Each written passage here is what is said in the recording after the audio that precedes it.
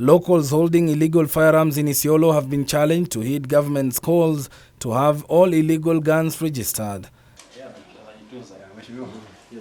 Isiolo Livestock County Executive Patrick Lesengei, who presented his AK-47 rifle for registration, said the move will help the government in tracking guns being used by bandits to terrorize locals. Isiolo County Commissioner George Natembeya hailed the move by Lesengei, saying it should be emulated by other locals.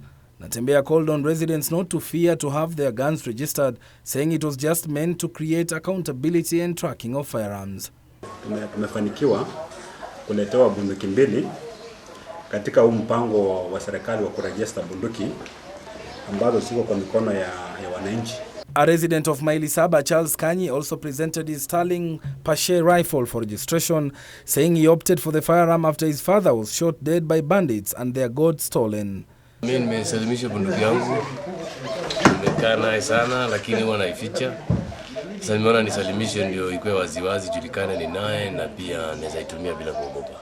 Meanwhile, a middle-aged man has been shot dead by police officers at Leparua area in the same county after stealing 60 goats from Emanyata. The bandit was shot dead after he tried engaging police officers in a shootout. An AK-47 rifle with 9 rounds of ammunition was recovered from the suspect.